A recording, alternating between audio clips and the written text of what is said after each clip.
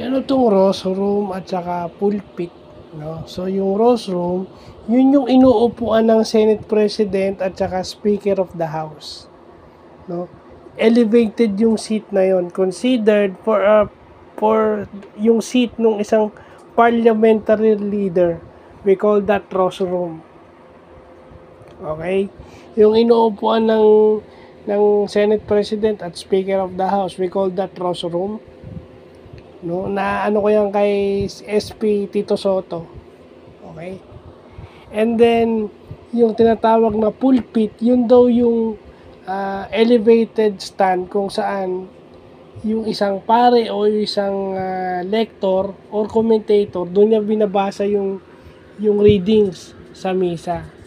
Or yung sinasabi yung pulpit is an elevated place where you proclaim the gospel. So yun na nilalagay. Butit may nalalaman tayong word ngayon. Yung pulpit at saka yung rostrum. So yun lang po.